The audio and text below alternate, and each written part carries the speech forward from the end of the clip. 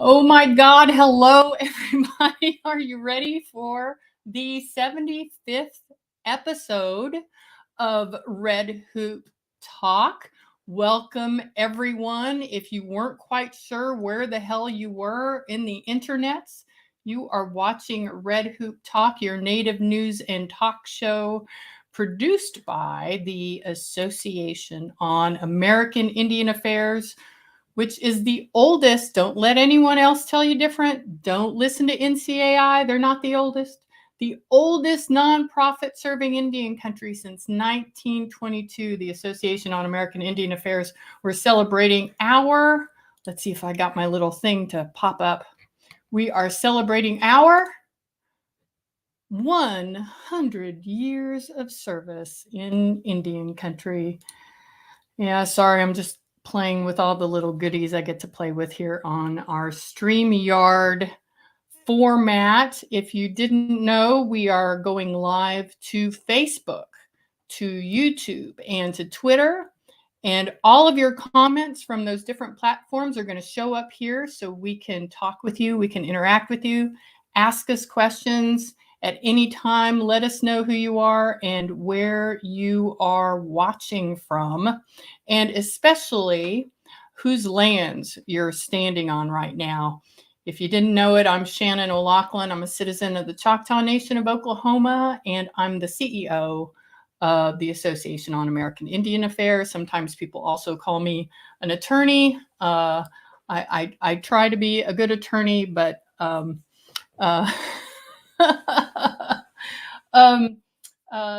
I do my best to be an attorney, but attorneys most of the time piss me off. So I try not to hang out with too many of them, except for tonight. Tonight we have an attorney for you who I like to hang out with.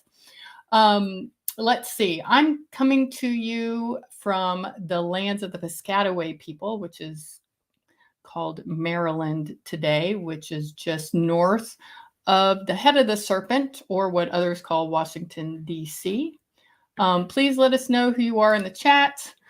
I'm sure blabbing a lot right now.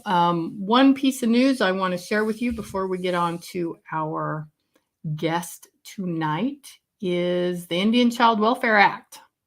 So the big news this week is that on Monday, the United States Supreme Court determined that it would hear arguments in the Holland v. Brackeen case, in which the lower court, the Texas court, held that the Indian Child Welfare Act was unconstitutional. Now, I'm going to direct all of you who don't know too much about the Indian Child Welfare Act, please go do a Google search for Rebecca Nagel, This Land Podcast, Season 2, and freaking learn about the Indian Child Welfare Act and what it does and who are the people who are trying to attack the statute, because it's not about protecting Native children. It's about overturning, 200 years of federal Indian law and policy so that big oil and big money can have access, or easy access, to our lands and our resources. So don't even think that this is really about protecting Native children and protecting white people's rights to adopt Native children. It's about big oil and land resources. Please let us know if you've got an opinion about that. I'd love to hear from you. I was thinking this week about what would happen. What would happen if those conservative interests, the libertarian organizations that are fighting against ICWA, if that actually happened, if they got what they wanted and ICWA was declared unconstitutional, what our world would look like. And I was thinking about all the things that tribes bring to the economy, bringing to local, regional, rural economies, and all of those rights for tribes to have gaming and other economic development is based on their status as sovereign nations. And so if ICWA was overturned, all of that would be done. And guess where we'll go as Indian people? Well, we'll go to the state welfare office and try to get some welfare checks, because we will not have a job, we will not have security, and we will need to go to the state governments in order to get help and support so we can eat and we can live. And that's what our population is, close to 3 million. So 2 or 3 million in the United States. So that's a huge drain on the states if there were no sovereign tribal governments to provide jobs and support for their people. So learn more about the Indian Child Welfare Act, and there's a lot in Rebecca Nagel's podcast. Okay, I guess that's enough of my soapbox. I'm not hearing from anyone on the comments. Someone give me a hello, make me feel like I'm not so alone here. It's always good to see our regular folks who watch from YouTube, Facebook, and Twitter. And so while I wait to hear your comments on in the comment bar, I want to introduce our guest for this evening. She's been a friend of mine for, I'm not even going to get into how you're my friend. Marissa J. Merculieff, Marissa J. Merculieff, who is a citizen of the Aleut Community of St. Paul Island, which is this little bitty island in the Bering Sea off of the coast of Alaska. And we're going to learn more about what it means to be Indigenous on St. Paul Island, and about Marissa's journey as she came off the island to be an attorney and work for her tribal nation. Marissa, welcome. Glad you're here. Thank you, Shannon. And you can hear me okay, right? Everyone, we always have to test that this far into the pandemic, right? Everyone starts with, can you hear me okay? So yes, you're good. You're wonderful and beautiful. And you look great. I think I've aged much worse than you have. So you're doing good, lady. Well, thank you. I was played with my lighting a lot. I really want to get, like, you see the TikTok in our generation and our kids' generation where they have that huge lighting and all of that going on. I feel like we need that. Yes. We need to have them set that studio up for us. Our team yes. boys. Yeah, well, Wolfgang does that for me sometimes, and then he just gets bored or frustrated with me and just kind of goes away. Marissa, where are you? Do you want to introduce yourself any further? I mean, I can definitely read off your amazing resume, but tell us a little bit about yourself so we can get to know you. Sure. So Marissa Merculieff, like you said, I'm actually in Virginia, and you know what? I have not learned whose lands these are, and all the land acknowledgements. Yes. So if anyone knows in the comments, right outside of DC in Northern Virginia, I would love to know, because I have not done that. And usually someone do that for Marissa. Look it up. And usually, you know, calling home from St. Paul, I'm like, we're on our own lands, which is always great to say, right? Not a lot of people can just be like, yeah, well, this is our own ancestral lands.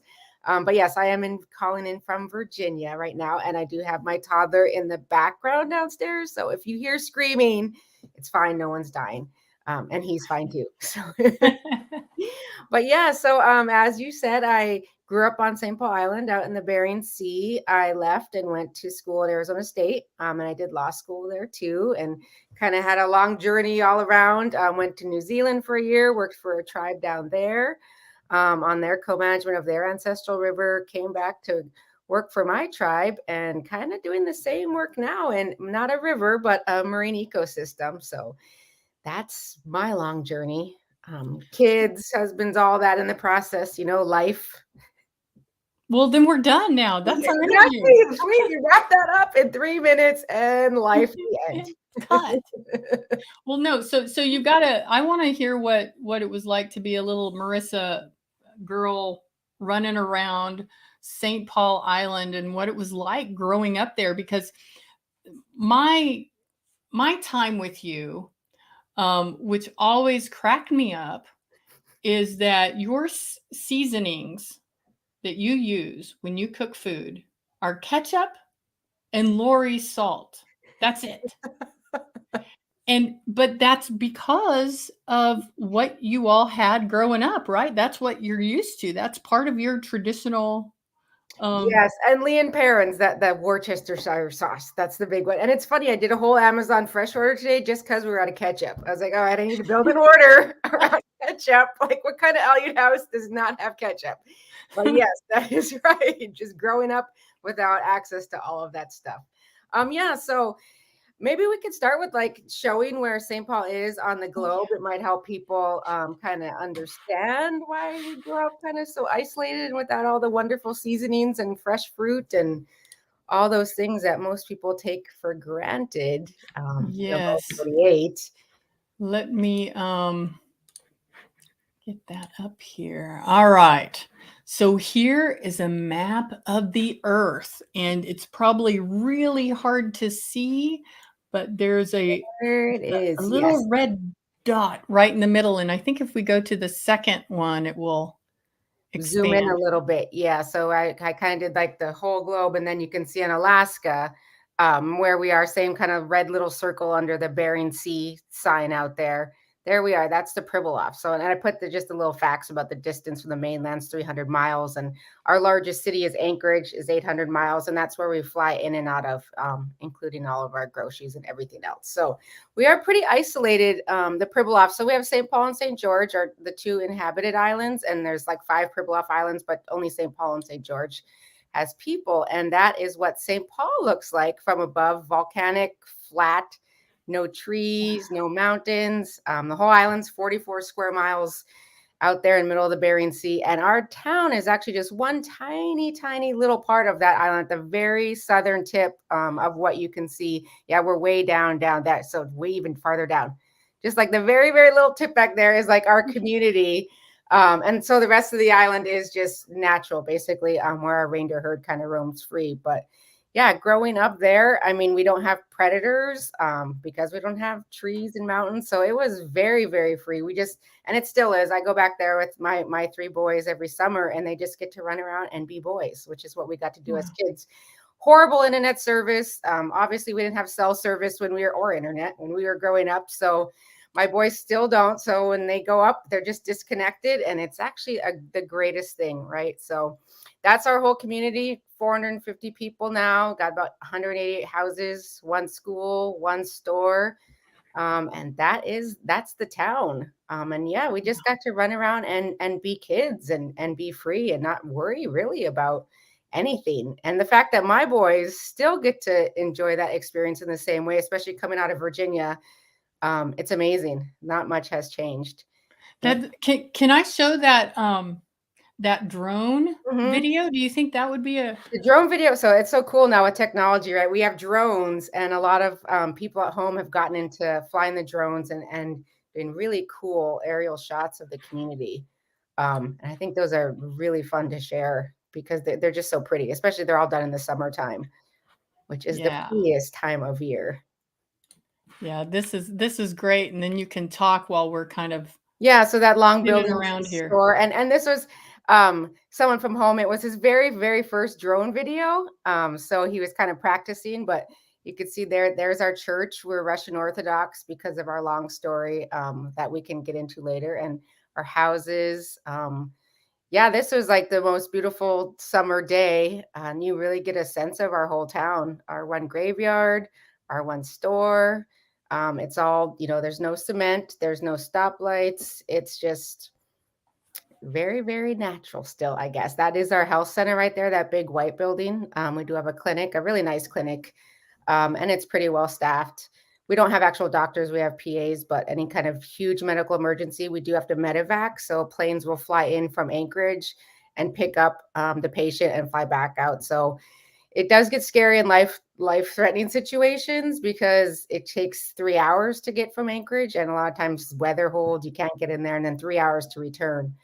So we're pretty isolated, and and that gray building, like down to the right, bottom right, that's my house. So I love see that. Like, I can't wait to go home. And the long building with the red roof is our senior center. So where, a lot of our senior residents live. And this, just really gets a sense. We have HUD housing. So a lot of our houses, it looks the same because of the HUD housing program, which I'm sure a lot of And people are and that's like, familiar yeah, with. all over Indian country, right? You Exactly. always know the HUD housing. Yep, Yeah. that's exactly right. It looks the same. Four-wheelers, we all drive four-wheelers because it's all off-road system basically. Yeah. So really Well, beautiful, really flat. This was such a clear day, and I know we really, really enjoyed those days. And it's all volcanic, and you could see way back there in the background some of the volcanoes and and they're all inactive. yeah, they're all inactive, dormant volcanoes. As far as you know, and hope and forever. Right. So when I look at the island and I see no trees, and it's in the middle of, it's off Alaska. It's where it's really cold. I'm always expecting, it's snow and ice. There's nothing there except, what, like maybe a polar bear wanders around, Which and we don't maybe even there's have a that. penguin. Yeah, we have no large predators besides our fur seals, but they're not really predators, at least not for people or children. But yeah, this is summer, so everything is green, but in the winter it does, it's pretty flat, pretty cold. It's a tundra, so it's basically a cold desert in the winter time. And you can see people were sitting out on this sunny day because it was probably only like 50 degrees, maybe, but for us, like that hits like, yes, sunshine holiday. That is a thing for us, sunshine holiday in the summertime, where we all just get off work and go out and enjoy the sunshine. Well, I was really amazed to learn about how precious and rare some of the four-leggeds and birds and marine life that are here on your island. I had no idea. Yeah, so we are the largest breeding ground for the northern fur seal, and that is where our Aleut history is really, really tied to the northern fur seal, and kind of all the work we're doing now is centered around kind of the northern fur seal and the situation that they're in. But that is our largest marine mammal, and I think like 50% of the world's population is breeding populations on St. Paul. So, and then we have reindeer. We have a reindeer herd that was actually brought up by the Army in World War II for the Army at that time. Yeah.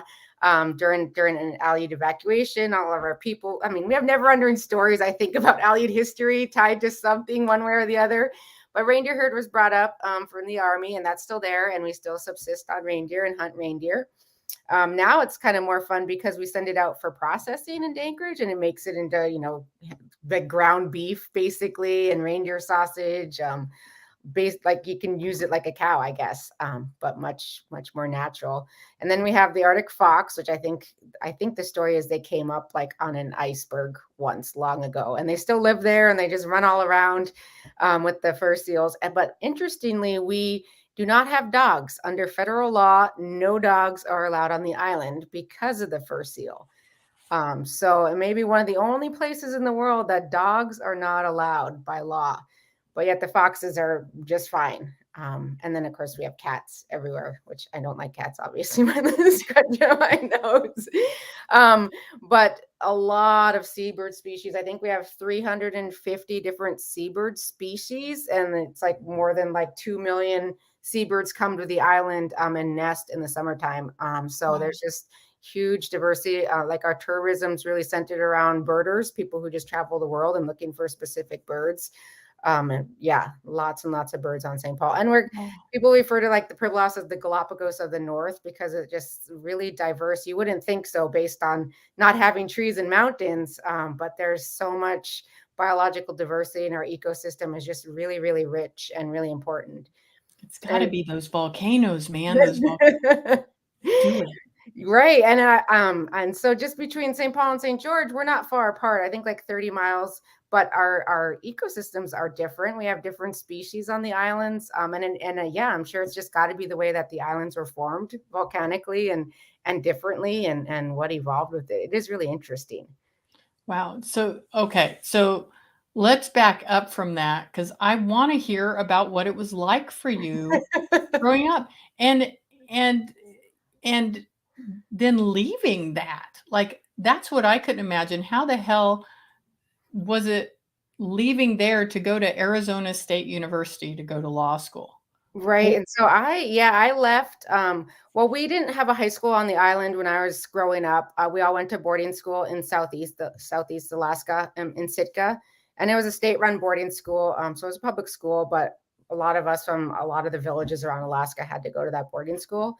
I left there and went to Arizona State when I was 16. And I have to say, like, I'd never been to Arizona, stepped out of that airport in August, and that heat hit me like a wall. I had never felt anything like that before. And I did not stop sweating like my first full year. I was just pouring sweat all the time, no matter what I was wearing. And people would ask me, like, are you okay? Like, I was like, no, I don't think so. Like, I was so hot. Definitely a culture shock. But growing up, I mean, I think really, it really is a case for, I tell like our other team members that we're working on right now with our ecosystem initiative, which we'll talk about. But I'm really a test study for like traditional knowledge, because the way I grew up with, the fur seals there and just seeing everything a part of our environment and how we lived, it is just so ingrained, right, in me as a person. And it all makes sense how the ecosystem connects. It just seems like common sense, which is different when you're talking to maybe Western scientists or people who've grown up in Western science, even Western medicine. They're like, they don't see the connections as easily. And I think that was one of the biggest differences growing up on an island. Like, the connections are just there. And for us, it's just common sense to see everything and how everything works together. And it's like, duh, you can't just manage one species without another, affecting something else. But I think and that's what I'm really trying with my boys. Like, they go to school here in Virginia in the winter, but we go home in the summer so that they can get like really rooted still in our culture and our people and how the world really works. And it's made such a difference to how they approach life and our perspectives on life and how things are connected. Wow.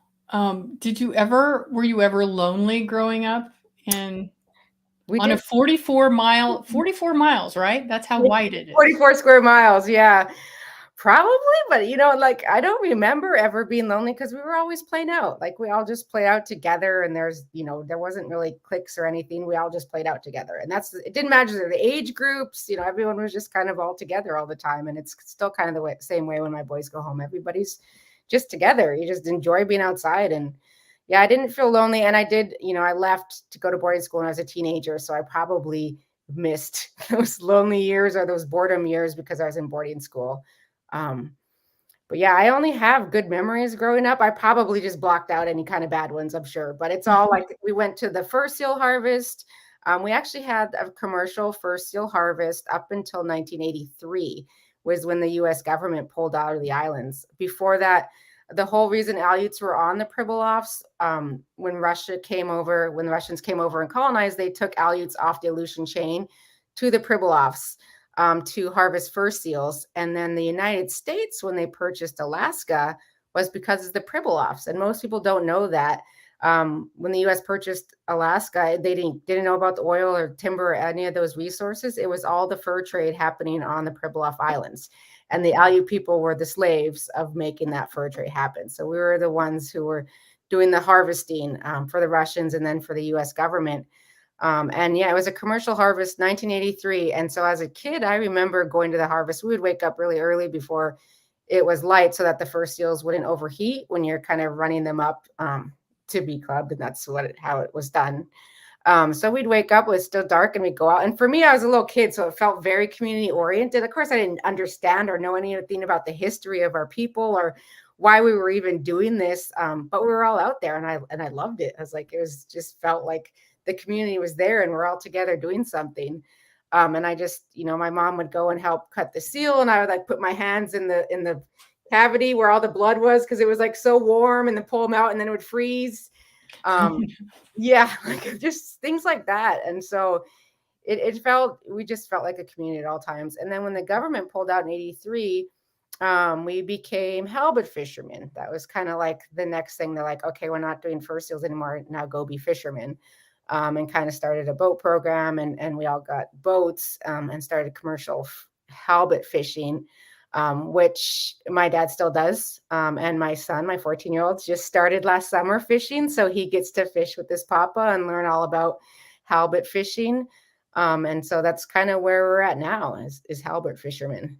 Wow. So you all were originally on those Aleutian Islands, which is underneath the Pribilofs, right? Yeah. It's that chain of islands that comes out of Alaska there. Yes. So Yeah. that was your original homeland, and Yes. Russia took it over. Yeah. And then Russia moved all like the Aleuts up to the Pribilofs to do the harvest. Yeah. I mean, our stories go that our hunters back in the day would travel to the Pribilofs because they could see the fur seal migrations. And so they would go up and use the Pribilofs for like hunting or seasonal camps, but not an actual, we never resided there year round until the Russians moved the Aleuts up. Wow. Wow. But are y'all seeing any Russians out there lately? I know, right? I haven't had any reports, but yeah, I think everyone on the island's probably on high alert, right? Constantly looking to see if anything's out there on the horizon. Yeah, I was reading something about that, and I guess there's been times where fishermen have run into Russian boats or ships, and so I wonder if anything unusual is going on up there. It probably, like, I wouldn't doubt it, right? But we do have the ice pack around the islands right now, so it's harder to get in and out of the islands by vessel, but by boats. But yeah, it'd be interesting. I know there was those stories. I think it was last summer. Russian boats were pretty close around the islands, and I think we always joke, right? When Sarah Palin was running back in the day, when she would see, like, I could see Russia from my house. I'm like, no, you can't. We can. Like, we know your line. Like, you can't. Oh man. So okay. I know lots to unpack. There was like, I don't even know where to start. Like, we haven't even got into the current work, but yeah, I know we're trying to lay that foundation as to what we're doing now as a people. But lots there. Yeah. Well, and how you wound up going to law school. So how growing up there and then at the boarding school, and just to clarify, this is a modern state public boarding school. Yeah. It wasn't a religious run No. boarding school with that antiquity. No. You're much younger Yeah. than Yes, we did not have to many go boarding through school that. survivors. Yeah, it was Right. just a state public run boarding school. So run just like a normal high school, but with dorms, obviously. Right, Yeah, so there was none of that horrible abuse or death or anything like that going on in our boarding So school. that's thank goodness. What inspired you to want to go to law school? I had to, when I left at like 16, I just want to get out of boarding school. And I was like, oh, I'm just going to go to school where there's sunshine. So it's like, it was like Hawaii or Arizona, and Hawaii was another island. And I didn't feel like being locked on another island. So I was like, I'm going to go to Arizona where you can get in a car and drive anywhere, basically. And that's how I ended up in Arizona, was purely just the sun. And then I didn't know what I did. Conservation biology was my undergrad, because again, it just made sense that I was kind of a natural scientist at heart, just growing up on the islands and with the fur seals and all that around me. So conservation biology is where I started. And then I went to work for Center for Marine Conservation, and the director there was a lawyer, but was not practicing law. And she was like, why don't you go to law school? Like, you don't have to practice law, but it could further, working on environmental law stuff. Or so I did. I went back to ASU and went to law school, and I did environmental law and Indian law jointly, because that's where all my passion lies, and got certificates in both of those.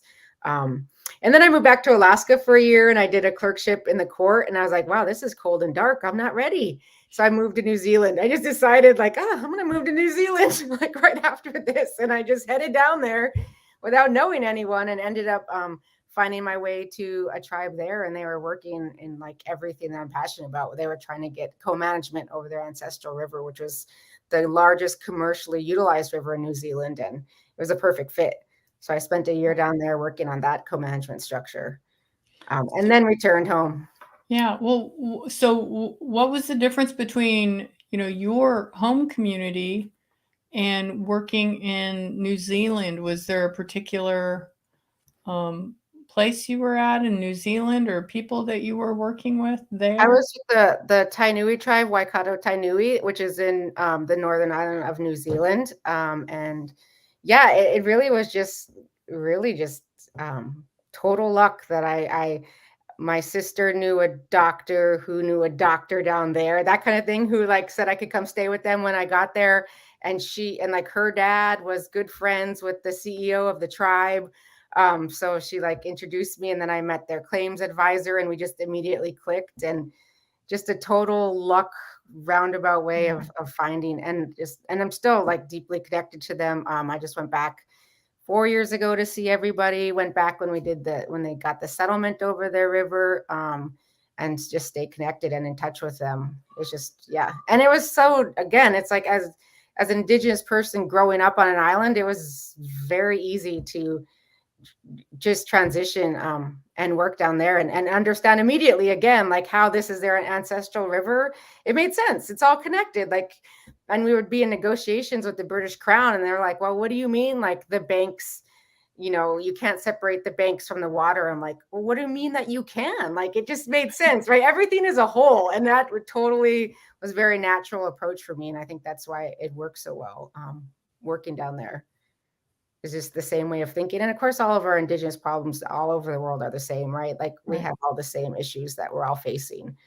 Why in the hell would you want to leave New Zealand? Because that's one place I haven't had a chance to go visit yet. And everyone who goes there and talks about the Indigenous peoples there, they tell these love stories about it, and the strength of the New Zealand Indigenous peoples, and everyone, it seems like there's stories about, well, that was the last place that Britain colonized, and so the British were tired, and the Maori, right? They were smart enough by then, because they saw what was going on elsewhere with British colonization, and they met them with axes and clubs or something like that, right? Right. And so I would tell that to all my friends down there. I'm like, you guys are lucky. Like, you were colonized last. Like, you have your language, you have your dances. Like, you have a much easier fight than a lot of us. And yeah, talk about love stories. So I actually got pregnant when I was down there. I was 28. So it wasn't like I was, young. And I just decided, I'm like, well, it's time, I guess. And so my oldest son, Kado, who, he's half Maori. And that was why I just wanted to have my baby with my family, obviously back here in the US. And so I came and returned and had Kano here. And he was named after the river as well. So we named him Te Awa, which is the river in Maori. Oh, that's beautiful. So that's why I returned, really. It was just to have my baby here with my family and raise him here. Wow. And so then all right, after New Zealand, I know that you were the first Aleut person admitted to the State Bar of Alaska. Is that correct? Yeah, I think so. So when I took the bar exam after law school, that was actually right before I went to New Zealand, the year before. We couldn't find any other record of an enrolled tribal member being admitted to the bar. And so there was actually like a little documentary that was done in Alaska, because I was the first Aleut person admitted to the Alaska bar. And I'm hoping since then there's a lot more, right? Because this is, God, when did we graduate? 2004.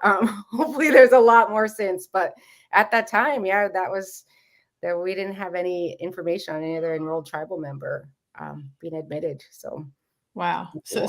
So now you are the director. What is your title? You have a wonderful title. Oh my God. It just seems like it keeps growing. We keep adding words to it. Yeah, I call it OJA for short, but the Office of Justice and Governance Administration. So we just say OJA. And really, I just kind of help our president. We have an elected president and the tribal council. I'll just work on the big picture policy things, our government to government relationship, fighting every aspect that we can for sovereignty. Alaska always has challenges, right, against, making sure we protect what little sovereignty we have left in Alaska. And we're always front and center on those fights. And then I help administer our tribal court. We don't have criminal jurisdiction like the lower 48 are in Indian country, because we don't have Indian country. So we do civil cases, divorce, custody, child protection. Speaking of ICWA, so we do have a huge child protection department and do our own cases for that. And then just most recently working on this Prime initiative, which is, why you and I kind of came back in contact, was getting support for that initiative. But Yes. still very high level government to government policy stuff that I mostly work on. So I'd like to talk a little bit about, you said Alaska, there's no Indian country. So tell me about St. Paul. Is it all Aleut people? Is it Aleut community? So our land in Alaska is held by our native corporations under the Alaska Native Claims Settlement Act. So it's all held by state for-profit corporations. Set up, in the 70s, was all, the tribe and the corporations, like we're all the same people back in the 70s, but now it's, so diverse.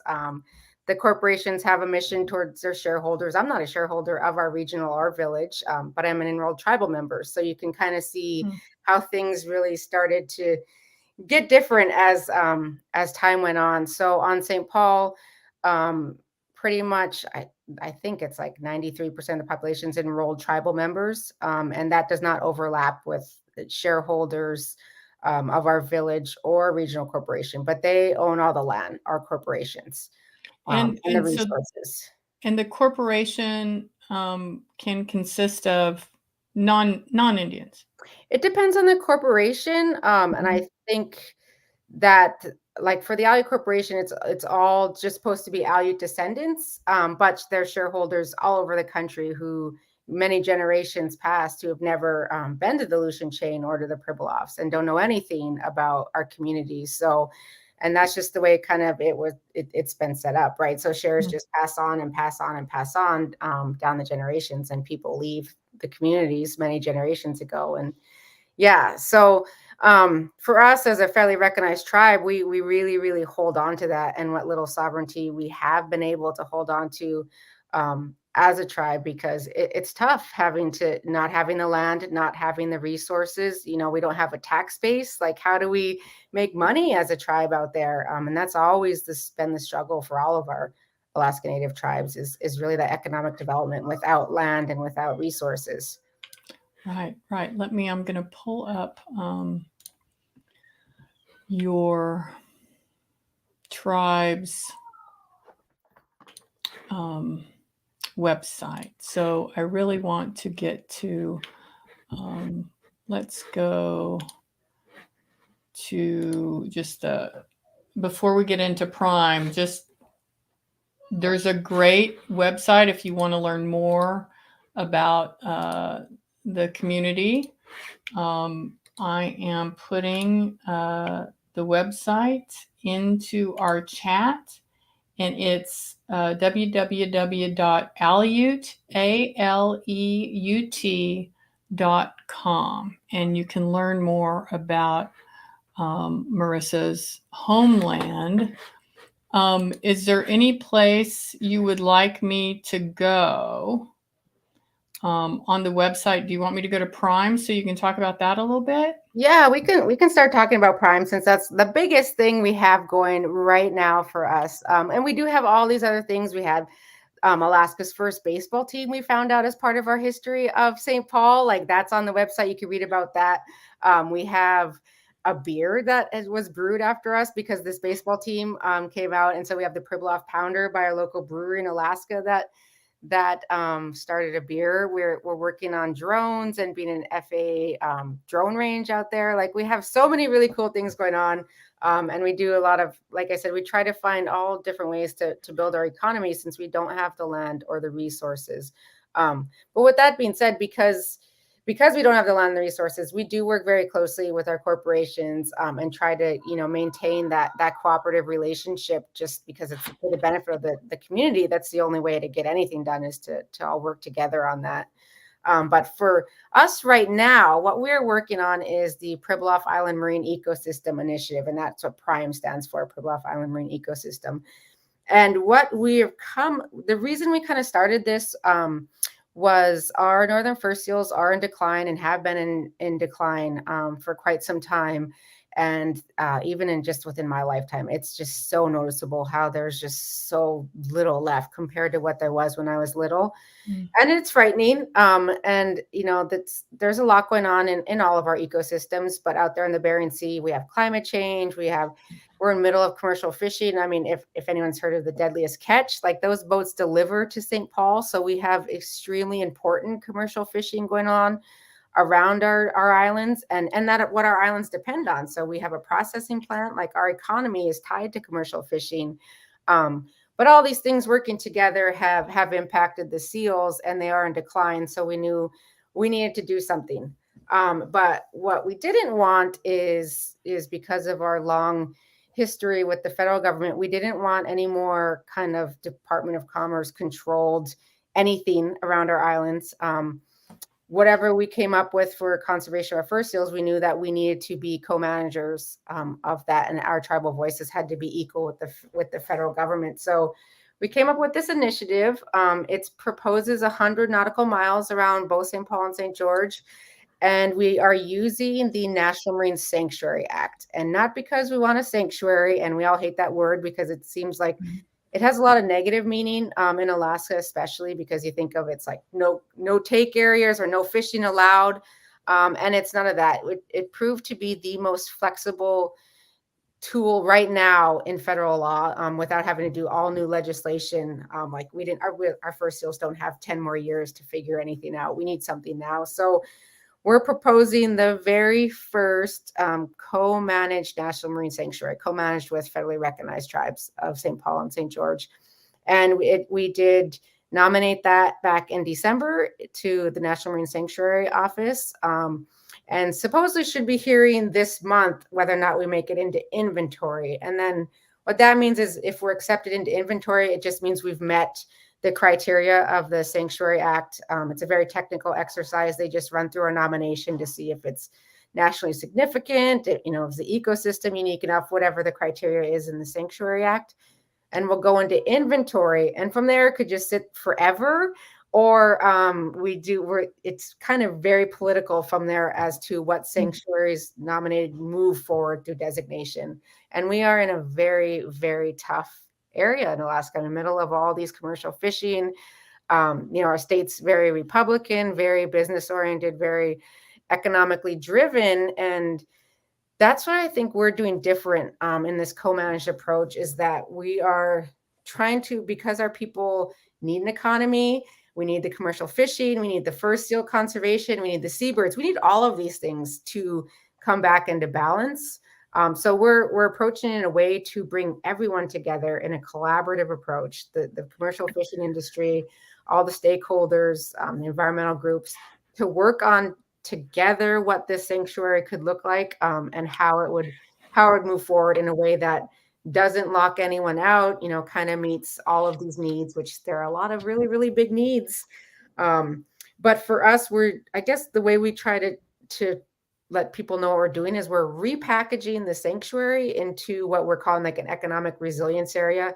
And I know resilience is one of those other buzzwords that we all hate, but that's kind of what it is we're trying to find a way that our voice leads the priorities of the island, leads, the research, leads what needs to be done for our fur seals, but also what needs to be done for our economy, broadband included. We're really, really pushing a big broadband initiative, because without broadband to the Pribilofs, we really don't have a chance at diversifying an economy.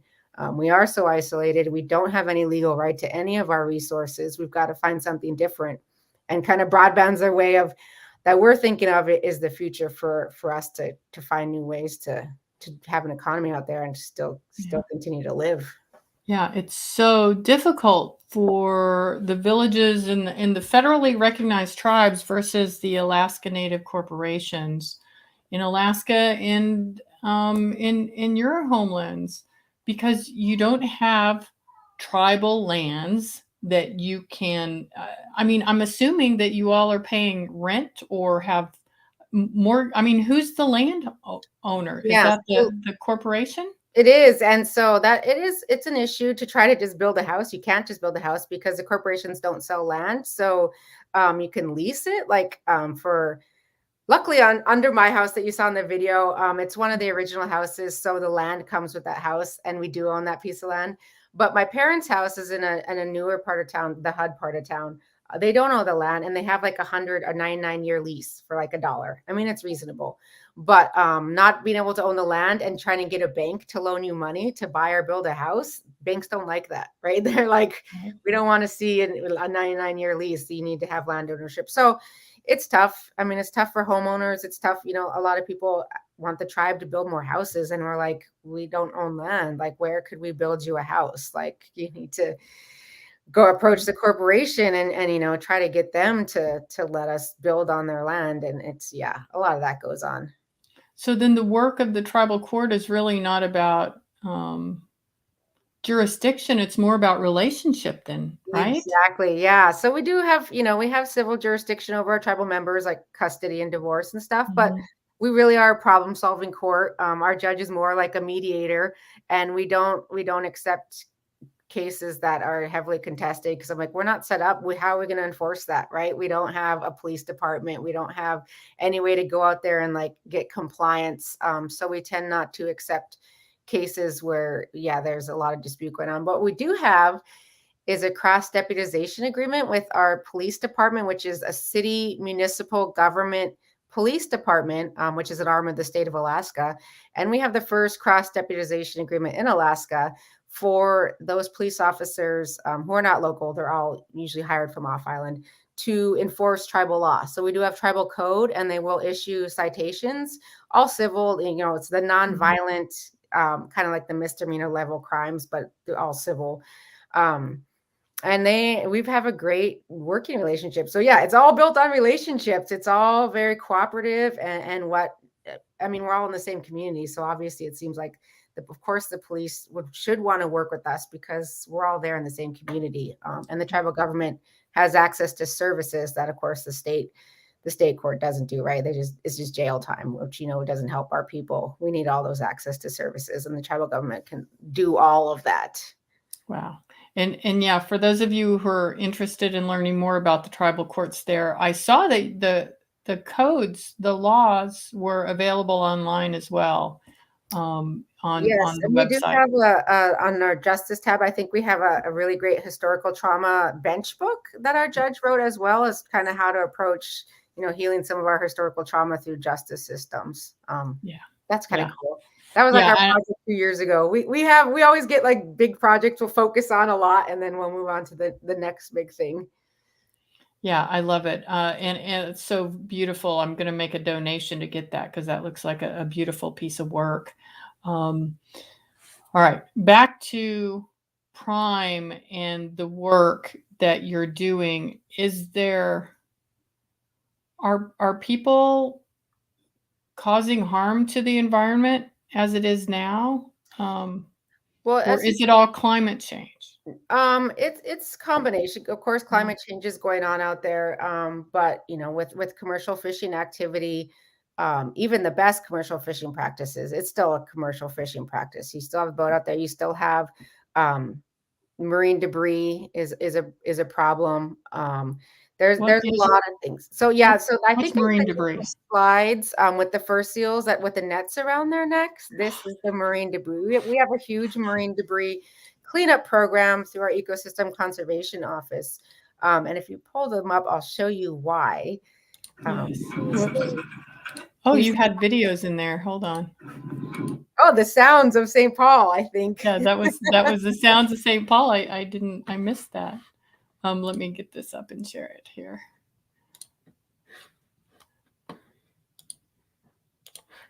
So what happens, like I said, even with the best, and these are what fur seals look like for people who don't know what a fur seal is. They look so cute and cuddly. They are not. They will bite your leg off if you. They are not friendly in any way. Not even the babies. Very, very sharp teeth. And I love this picture. This was actually just my dad just 2 days ago got a sea lion. We hunt sea lion as well. And I thought that totally captured all of life on St. Paul. It was like a beautiful, clear day. You could see the town in the background.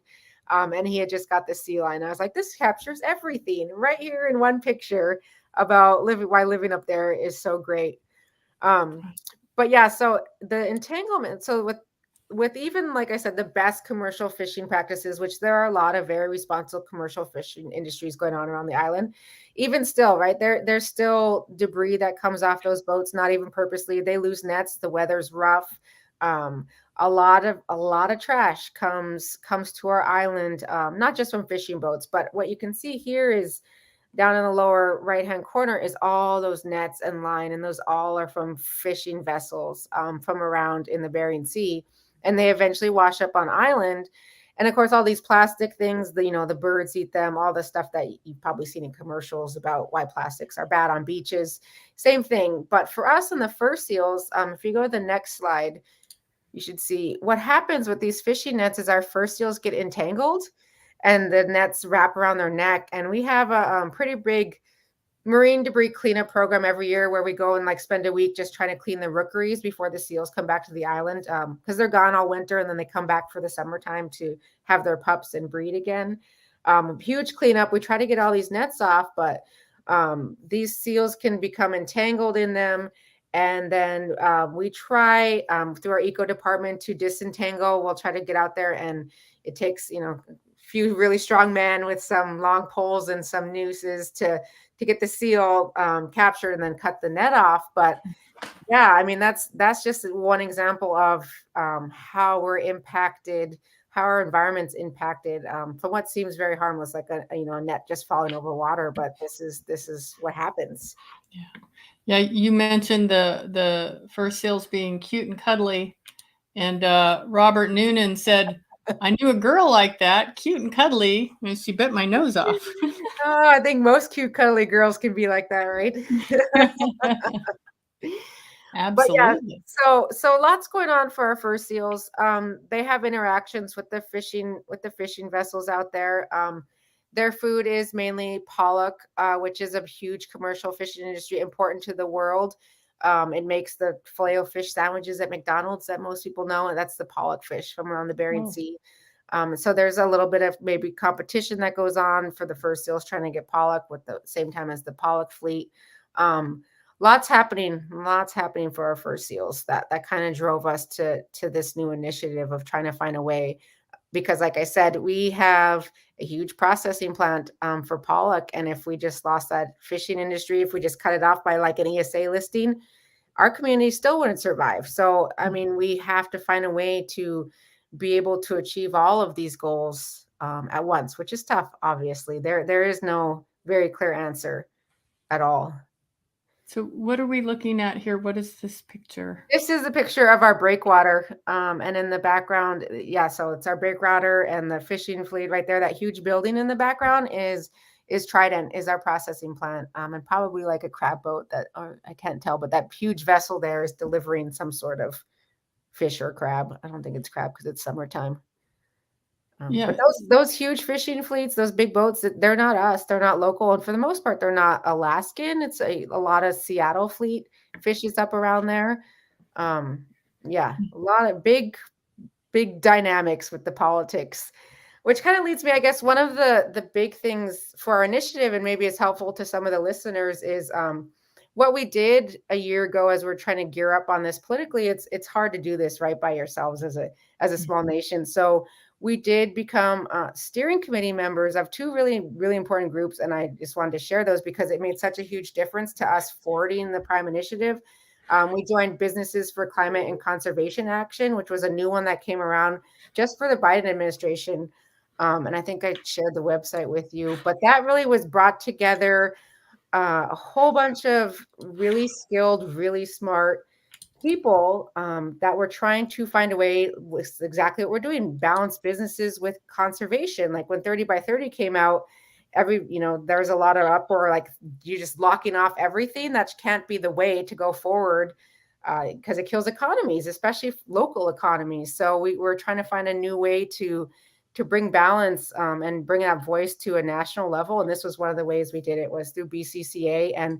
And we still are. We meet weekly with them on the steering committee, and just really some of the smartest people I think I've had ever interacted with in this room, thinking of ways to bring our local voices and our Indigenous voices to that national level. And it's been very, very effective. And the American Sustainable Business Network. It Yeah. is asbnetwork.org.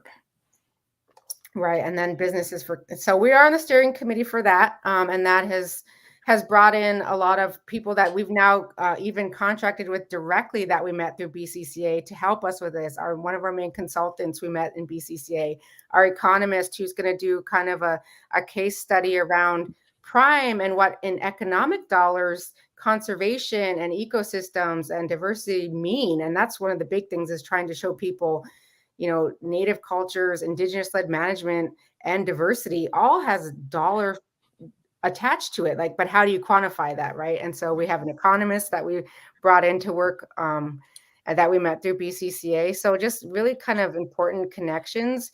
And I think that as a tribal government, we've done really well. I know a lot of communities want to just have tribal members in these positions, want to just, have tribal members do everything. But the reality is, big things like this, you need skill, you need skilled people. And we are always very welcoming to bringing on people who can advance our interests and who are passionate about our community at the same time. We never try to just stick ourselves to, they have to be local residents or they have to be tribal members, because we would not advance anywhere if we just stuck to that as such a small population. So what about, who is the Climate Strong Islands Network? Are That they is, also a partner? yeah, so we're on the steering committee of that. Obviously, that's for islands, but that was really fun joining that, because it's all tropical islands, and then us. We're the only cold island, but we're working on kind of a national policy framework on island resiliency, and how we as islands around the U.S. all kind of share many of the same challenges, whether you're tropical or whether you're cold. We have so many of the same challenges. So I love Climate Strong Islands Networks, because we have Puerto Rico on there, we have Hawaii, we have all these great tropical islands. I'm like, I hope when we join, I told them, like, we better be doing like a travel exchange, because that's the only real reason I joined. I needed to go into these warm islands. But we've put together a pretty detailed national policy framework that we're just going to start to advance. And it is all around island resiliency and all of the ways that we can make our islands more climate strong. So yeah, those are two groups. And really the moral of the story being, like I said, is as tribal governments and tribal people, we can't be afraid to bring in outside expertise and help, because that's the only way we're going to keep advancing. Right. And with so talk about how large your tribal government structure is. Like, how many attorneys are working for St. Paul? Just me directly as an employee, and then we will, of course, hire outside counsel on issues when we need to. So we will retain a law firm, like if we need contract review or things that I'm just like, I don't want to do this. Like, this is not fun. Like contract review. But yeah, so it is just me that works as an actual attorney with the tribe.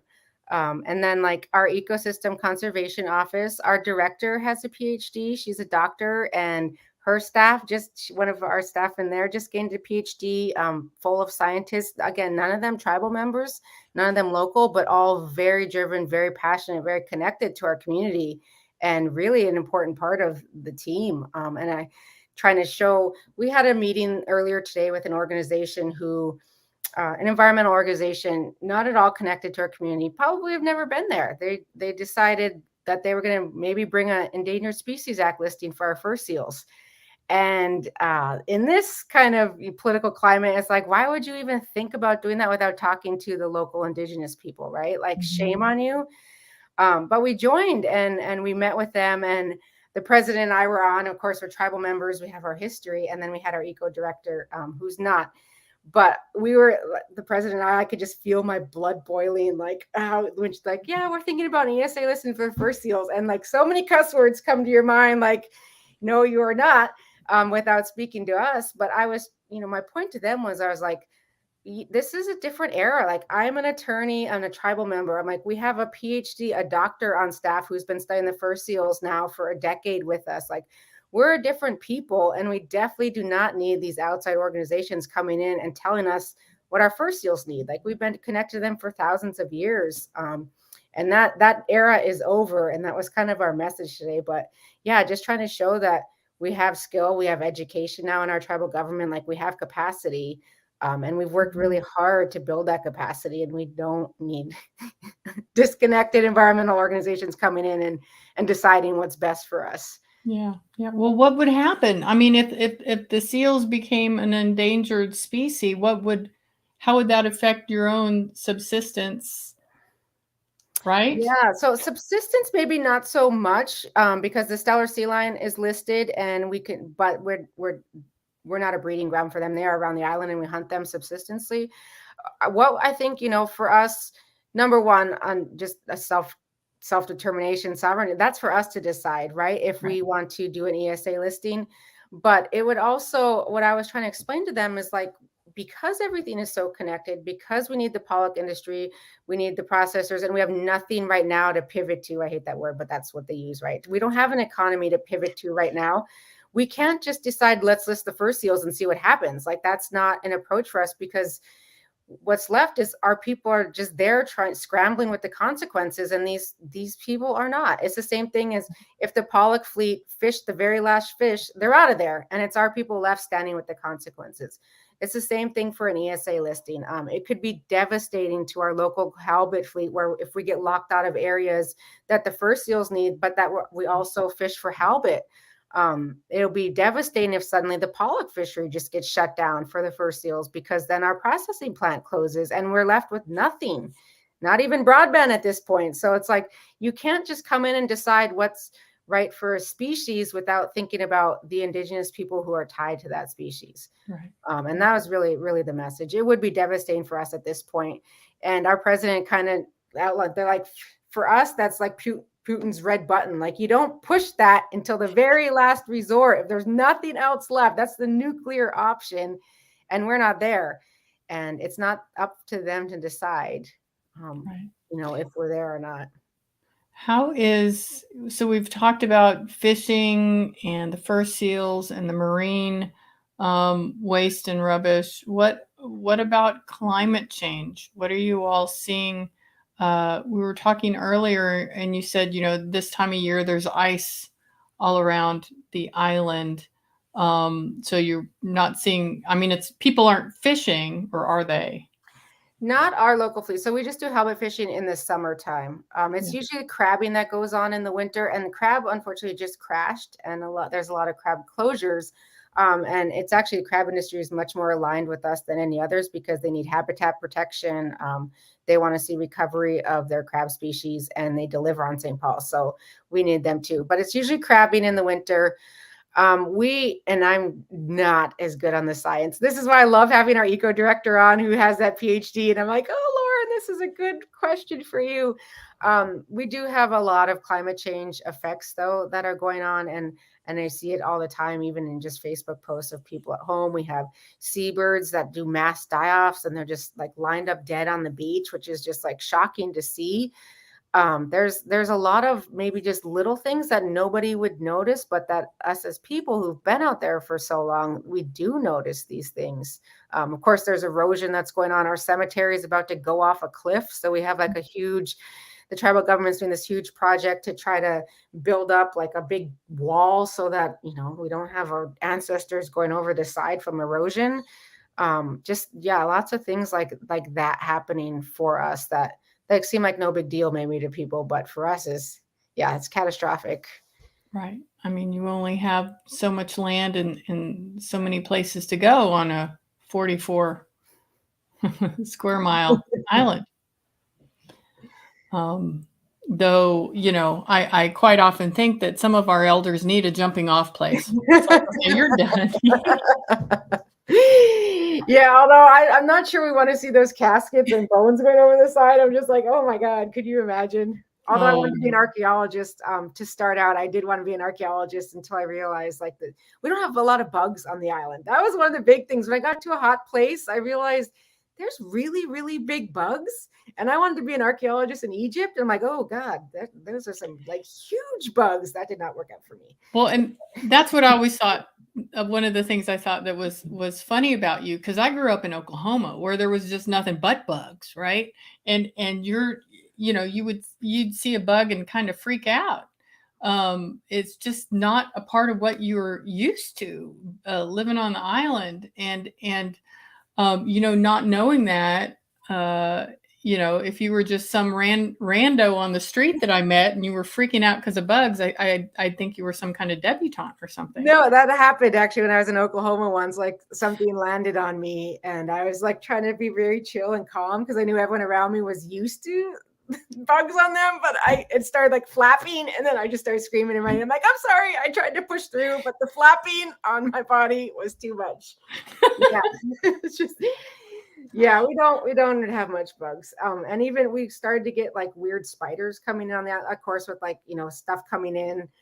Bugs come in with things, and we got like some really big spiders on the island these last several years, and our people are not good with it. It's always like a huge thing if there's like a big spider in the office. Very, very big deal. Oof. Well, hopefully the birds can take care of that issue if right, that would be nice. Someone mentioned about, and I meant to ask you this as well, about the dogs, that there's no dogs, that dogs are not allowed because of the seals, right? Mm-hmm. So there's we're working on this, trying to sort this out a little bit, because we found some historic documents, but the story being that the canines and the fur seals are in the same family line and can transmit diseases, like the dogs can transmit diseases to the fur seals. And then there's no way to kind of recover the fur seal population from any kind of disease like that. And so that's why the government, made that law. And that's their story, and they're sticking to it right now. And I'm not sure. We did find some documentation that said something about like no dogs because they didn't think the Aleut people could take care of their dogs and they would just run wild. So it's something that, a lot of our people want, like small dogs now. Like, can we start working on changing federal law to get small dogs up here at least? But yeah, it's one of those things we are working on with the federal government to really get behind the story. Like, is it diseases, or was it just that paternalism of we can't take care of our own dogs? Right. Oh, that's interesting. It is interesting. The history is interesting to that. Yeah. So what else is weird about your island that us landlubbers aren't gonna understand too well? And what's the weirdest thing that ever happened out there? Do y'all see UFOs? I have not, mostly because it's so cloudy and we can't really see the sky. It was last summer, and this is tied to marine debris, but it was really, really weird. There was like this weird, huge thing that just went for miles that washed up on beach. And we're like, is this some sort of foreign object? Like, it was like jelly and really, really strange. It turned out to be some sort of plastic from a ship. But like, it was like we had to get like a whole excavator out, and none of us at first could figure it out. And that was like the weirdest thing I had seen on the island. And it was like plastic, like you'd pick it up and it would just like break apart and like scatter. It was very, very strange. But when it first washed up, we were like, oh my God, this is some like unidentified sea creature that's finally like come from under deep in the ocean. See some weird things wash up for sure. Yeah, I can imagine. And I'm sure you get to see whales off your There are island. a lot of killer whales around the island in the summer now, which is something I don't remember seeing as a kid either. One of those changes where they are coming, and there seems to be two different kinds of like pods or families. Like there'll be killer whales who come close and just feed on the fur seals, and then there's the ones that are just tormenting our halibut fleet and eating the fish on the way up. And yeah, that's interesting. And killer whales are fun to see. So I'm like, well, it's kind of cool, but at the same time, is it like what's going on and do they have an agreement with each other? Like, you guys do the fur seals and we'll do the halibut because there's not enough food for both of us. Like, these are the thoughts that go through my head. Like, are they having meetings about like who's going to eat what resources? Because we have so limited resources now out there. Yeah. I bet they are. I mean, I think so too. They're highly intelligent, right? Yeah. And there's so much we don't know. And even how much do you know about the history of the island and how long it's been there? And are there stories? Are there old stories about it? Of course, right? Of course, as Yeah. do all of our Native people have, of course, scary stories. Ours is the Taigna, where it's kind of the same thing like Bigfoot or one of those, the scary spirit who walks in the night. Yeah, we do have tons of those stories. Um, we have the Bombay lady who like stands at the edge over a cliff and will like lure men off the cliffs. That's a good There's way to get rid of them. right. I could think of a few uses for that, but yeah, so we have some good scary stories growing up around our culture. We have maybe a fun thing is the 4th of July. I was just reminded of this is that, for being home in the summer, winter is really, really tough. And I know a lot of people really struggle through the winter up there. Same reason, like the same things that everyone else struggles through, right? With alcoholism and suicides and all that kind of horror that goes on in our communities. But in the summertime, everyone's home and everyone's fishing and everyone's kind of alive. We have like I think my favorite thing for the boys is 4th of July because the whole community comes together. We do a parade through town with the fire truck, with mascots. It's funny, like people dressed up in animal characters that will like rent from Anchorage, like Big Bird or something like that. Does a parade through town. We have a grease pole where it's just like, it used to be like motor grease is what we used to have before we knew enough about the environment, right? They were like, oh, really? That was not good. And then it's Crisco now, I think, that they use to climb the grease pole and win money. And it's just a really, really fun time of year. But growing up like that with those mascots, with those characters, kind of a funny story. So I went through breast cancer treatment, and at the cancer center, the Nationals mascot came around to the infusion rooms one day, and I was so excited, like, because it was like the bird for the Nationals baseball team. Yeah, I don't yeah. know who their bird. I don't know what their mascot. It was some sort of bird, but I was like totally like a kid in a candy store just because I grew up with that 4th of July. Like in my head, it just brings happiness, and I was like waving, and like the nurses brought him over, and I have all these pictures. Screech, that's the name of that mascot. Okay. And I really was just tied to those memories as a kid of like growing up and seeing these characters, which as a child growing on the island, we didn't get to go to Disneyland, so we didn't see these kind of things normally. So it was like celebrities, like having Big Bird there and Batman or whoever was dressed up. It was really, really huge. And that just still triggered at the age of like 42 going through cancer. It was like, Screech, like come take pictures. That is cool. That's cool. So, that's something we haven't hit on, Marissa. I don't know if you're comfortable talking about it or not. You're a cancer survivor. You're a breast cancer survivor, and we're very happy that you are well and healthy. What was that like for you as a mother of now 3 children, a lawyer for her nation, and then going through this really scary prognosis? Yeah, so I actually found the lump when I was at the end of nursing my 1-year-old. So it was a good way to just go cold turkey. Turns out that if you want to quit breastfeeding, it's breast cancer. And then but because I had nursed all 3 of my boys and they were healthy, I just went straight for the double mastectomy. I didn't even think twice about it. I'm like, I don't need these anymore. They serve their purpose. I have 3 healthy boys, cut them off. But unfortunately I was like at stage 2. So there was like a little bit in my lymph nodes. So I still had to go through chemo, really, really aggressive chemo, like as much crap as they could pump into the human body. My doctor's like, you're young, you could take it. Let's just go as strong as we can go and see if we can handle it. And then radiation, and then reconstruction, which actually reconstruction was amazing because I went for like my own stomach fat and they moved all of that baby body up the tubes. I'm like, oh my God, this and insurance paid for it. I'm like, this is an enormous perk.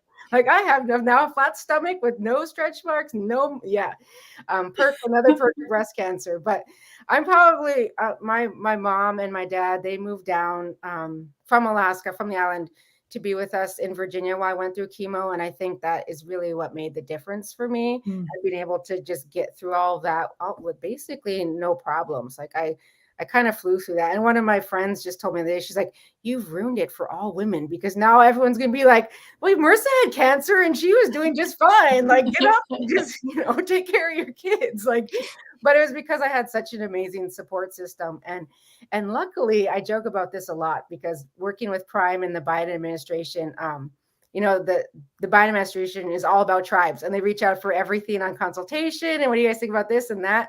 I was like, I would not have made it through cancer in a Democrat administration. Trump was president during that time. And for a tribal government, we had nothing to do. Like, nobody was talking to us about anything. And I was like, that was the perfect time to have cancer, was the Trump administration. The one good thing about Trump as president is Marissa got to have some space to heal from cancer. Exactly. So, I got through that seamlessly, like no work meetings, didn't have to do anything. But I have a great work team. So, they still, kept me salaried and all that. So I don't have to worry about all of that. But yeah, it's because of Trump. And I'm always joking with our team now. I'm like, man, I am so voting Republican after Biden, because I'm tired. Like, I don't want to do any more consultations. I need a rest.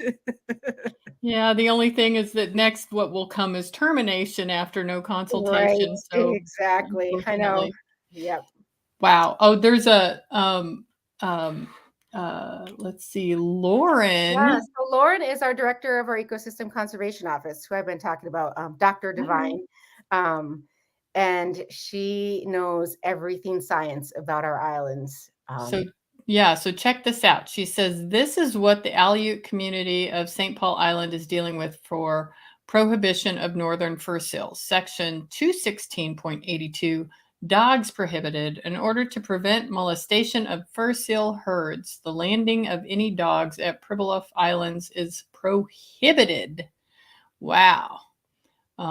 So there is the citation for those of you who are interested in bringing dogs back to.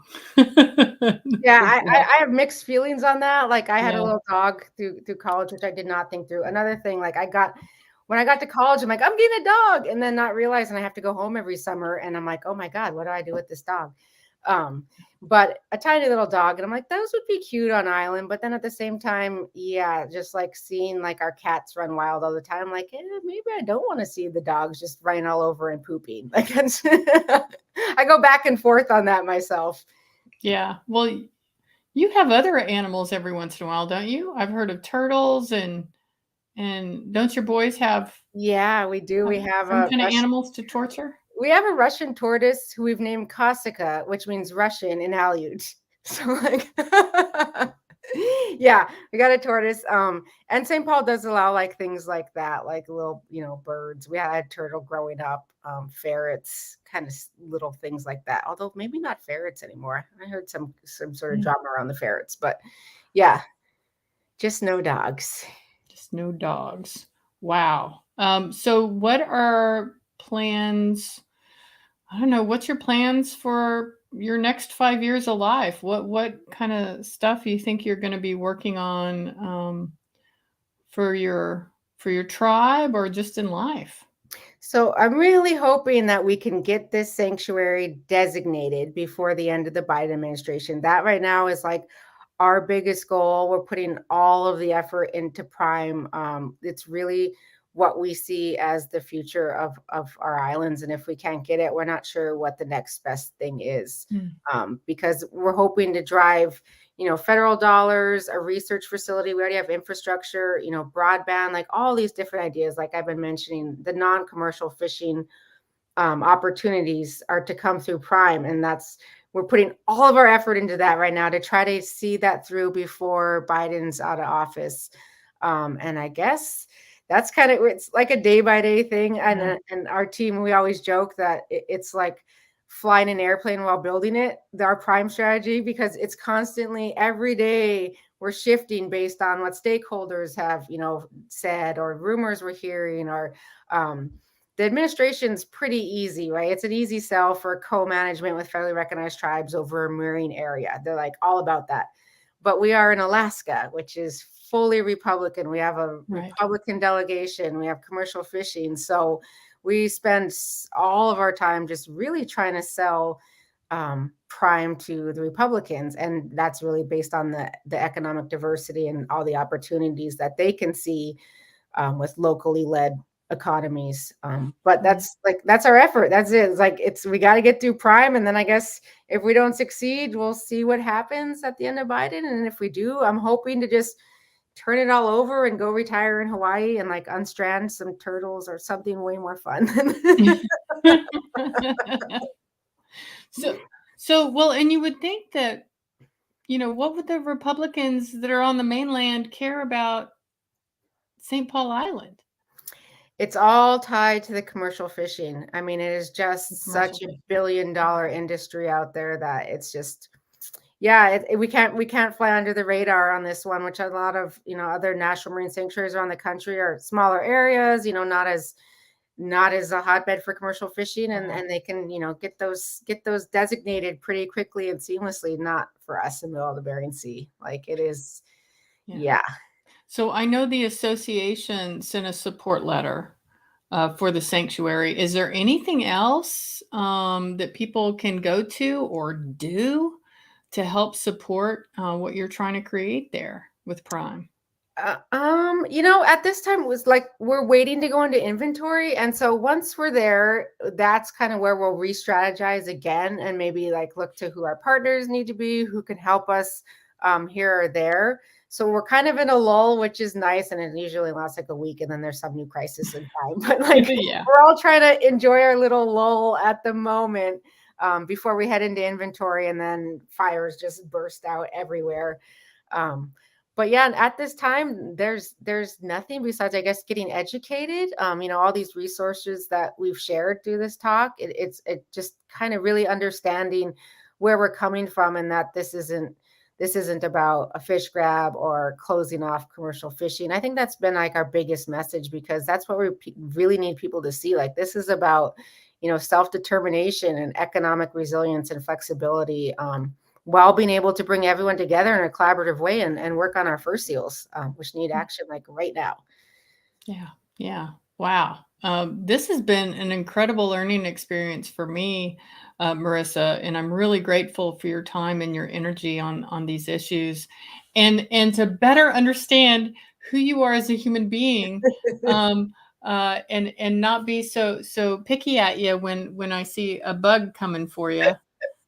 Right. And even like, the cancer, it's funny because, going through chemo, I lost all my hair, and I'm like so self-conscious about this. I had long hair my whole life.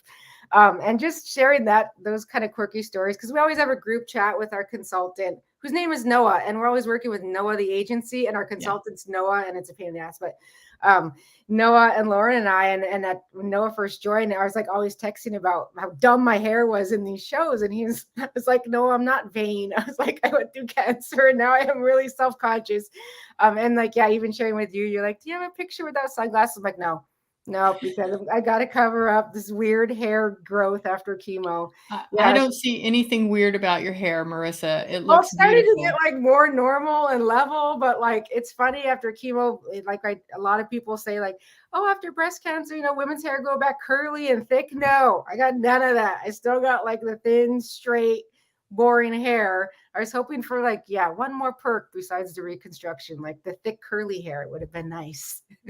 Well, you can always do, you've known me. I've had long hair. I've had short, weird hair and weird colors. Yes, this is not your light. This is actually purple in my hair. So get you some bleach. And like my sister, who loves to groom, she was always like, oh, you should do this, you should do that. And really after going through cancer, the one thing I really started appreciating was just letting myself be, I guess. Like I was like, I feel like my hair worked really, really hard to get here. So I didn't want to like, put extensions in or like do other things to it. Cause it like worked so hard to return to the spot. But yeah, it's a weird adjustment. And especially going through what I had called the Uncle Fester phase, where like I had no breasts, and most people don't know, but breast cancer chemo adds like 75 pounds. So like you gain weight, you're bald, you have no breasts, and pushing through all of that gets you to kind of a weird relationship with your own hair. So can you hear me right now, Marissa? Yeah, I can hear Okay. you. So to me, I'm frozen on the screen. Oh, there I am. Okay. I was a little worried about there. Something was about to fall off the cliff. Yeah, I love that, Marissa, and I love that for you that you've really taken some challenges in your life and you've become more beautiful and stronger, or at least what I'm seeing, Marissa, from knowing you. And I'm so grateful to know you and be a part of your life, and so happy your sons are healthy. You're doing well, and the work you're doing for your nation is so freaking important. There's not too many people that would, it's hard to work for your tribal nation, right? Yeah, and that is one of the huge differences between like working in New Zealand for the tribe there, who I loved the work, but at the end of the day, like, I got to leave, and yeah, my son's half Maori and he's enrolled in that tribe, so that is, he can go back to that, and I hope there is something he can go back to, but it's not the same feeling of like working for your own people, where if you fail, it's like that's it, like it's just everything, and it consumes you. It completely consumes you working for your own people, and it's definitely exhausting. I think there are definitely days where chemo was easier than pushing through this prime initiative, and some of the meetings we've had to sit through. Yeah, I can imagine, because you can't walk away from it at 5 o'clock. I mean, you look in your son's eyes and there it is again, right? Yep. I mean, what you do is not for you, and it's not for a job. It's for your sons and it's for their children, right? Yep. Yep. And it is, there's like so many nights where I'm just all night, I'm just dreaming about Prime. And I'm like, or like conversations we've had the day before that have just bothered me like to my core. Um, yeah, it's tough. And I think that's the same for any work you do for your own people. I know, like when I first came on, was doing a lot of the tribal court work, and it was a lot of the child protection cases, and I just could not like be those stories, or even worse, right? Trying to work for your own people and just really hearing the horror of what's going on in a lot of our houses, like that was tough. So the environment is an easier place to be than social services, but I know that all of us who work for our own nations, we all feel the same way, no matter what arena we're working in it. Yeah.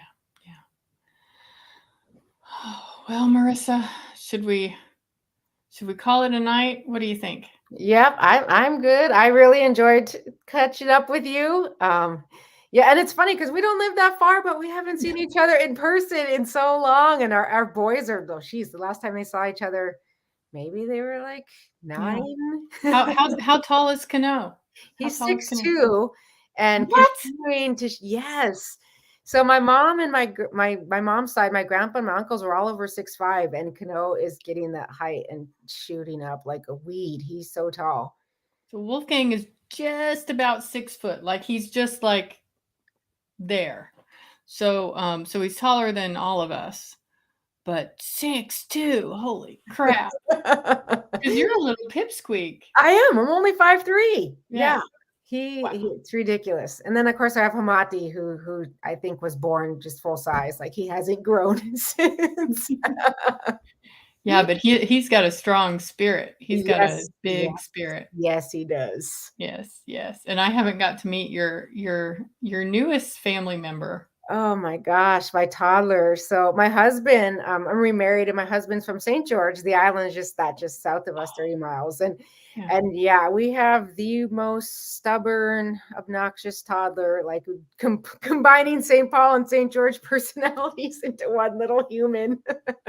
And you were telling me there's like there's some kind of We have like tribal long-standing history between the two islands.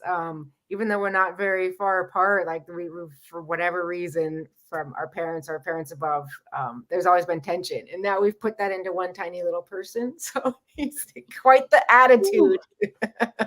Well, he's got a big legacy to live up to. I wonder what he'll bring to both nations. And we named him Caillou, which means strength in Aleut. So oh, nice. I hope that, yeah, he can carry that through for us on both sides.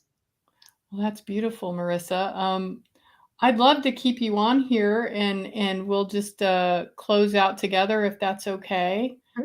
It's really been great spending this time with you, and please give our best to all of your people and the people who are doing all of this amazing work for St. Paul.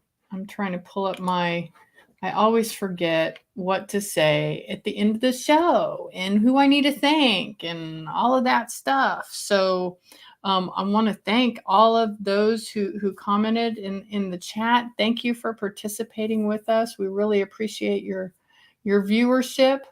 Marissa, I thank you. I need to give you a gift. I need to come out to Virginia and say hi very soon. I want to thank all of our ancestors, our future ancestors. I got to mention the Association on American Indian Affairs, and please go to YouTube and subscribe if you haven't done that yet. And really, I guess we'll just see you on the next episode of Red Hoop Talk.